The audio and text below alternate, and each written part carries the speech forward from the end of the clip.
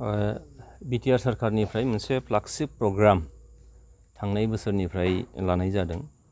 मोनसेया जाहैबाय सुपार 50 बड'फा super 50 UPSC आनजादनि थाखाय बिनि कोचिं होनाय दिल्लीयाव 16 आगस्ट 2022 दिल्लीयाव दा 50 जन फरायसाफोर बा जोंनि जायफोर ग्रेजुएट एन्ड पोस्ट ग्रेजुएट युथफोर बिथांमोनखौ कोचिंनि थाखाय फाथायहरनाय जादों। सानैक्य एकाडेमिनि आवथायाव हरनाय जादों।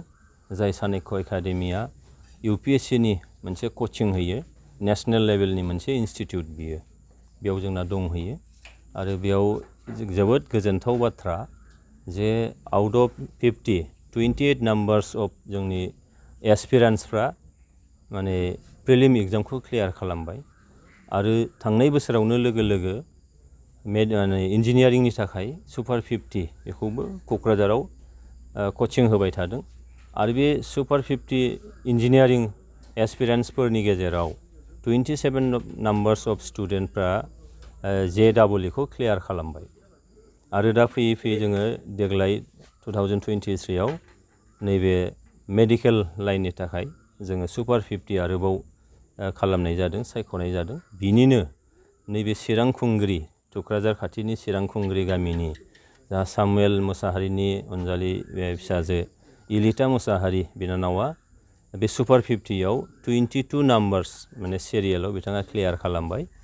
आरो बिनि थाखायनो दिनै आं जोबोद गोजोननाय मोनदों जे चिरां जिल्लायाव जोंहा साथामल' फरायसाफ्रा बे सुपार 50 आव जायगा आवग्रिनो हादों। आरो साथामबो जोबोद गोजोनथाव बाथ्राबाव साथामबो आइजो। बिनिनो सासेया जाहैबाय इलिटा मोसाहारि बे बिनानावा, बिनि उनाव दङ बुब्लि बसुमतारी बे काजलगावनि, आरो सासेया दङ अंकिता मदाक होननाय बियो बासुगाव टाउननि। साथामबो हिन्जावसा। आरो बेखायनो आङो साथामखौबो दहाय सानैखौ आङो बरायहैखांबाय न'आव थांनानै। आरो थामथियाव नैबे इलिटा मोसाहारि बिनि न'आव फैनानै आङो आंनि गोजोननायखौ आं जासिफैदों जे हाजारजन मानसिनि गेजेराव नोङो आनजाद होनानै दिनैहाय जायगा आवग्रिनो हादों। मिजिं खालामदों जे अबंलावरिया बिनानावनिसिम जाहाथे गावनि गोजोननाय गावनि अननायखौ जाहाथे होयो। इयुनाव जों मोजां सासे डक्टर हिसाबै जाहाथे उथ्रिहैनो हायो। बे कचिंआव उथ्रिनानै मोजां मोनसे इन्सटिटिउसनाव एडमिसन मोननानै सासे इयुनाव डक्टर हिसाबै नुजानो हायो। बिनि मोनसे इसोरनि खाथियाव आं आर'ज गाबदों। आरो निस्सय जाफुंसारगोन। मानोना नैबे सुपार 50 जे मोनसे सेलेक्सन मोनसे टेस्ट, बे टेस्टआ नेशनेल लेभेलाव जिबायदि लेभेलनि टेस्ट जायो बे लेभेलनि टेस्ट बियो। बेयाव नोङो ओरैनो माबा मोनसे जायगा मोनगोन बिदि नङा। बे टेस्टखौ नोङो गोब्राब मोनसे टेस्टखौ पास खालामदों जेला फैबाय थानाय समाव बे कचिं लानानै आरोबाव साबसिनै बिथांमोना टेकनिकखौ मोनथिगोन आरो गोरों जागोन। आरो स्टेट लेभेलनि नेशनेल लेभेलनि जेफोर टेस्टफोर दङ मेडिकेल एन्ट्रेन्सनि बेयाव क्लियार खालामगोन आरो इयुनाव सासे मोजां डक्टर जाफुंगोन होननानै आङो मिजिं खालामो। कचिंनि थाखाय माब्ला लांनाय जागोन? बेखौ गाबोननो गुवाहाटियाव लांनाय जागोन। गुवाहाटियाव लांनानै जोङो 10 बाजियाव मोनहैनांगौ।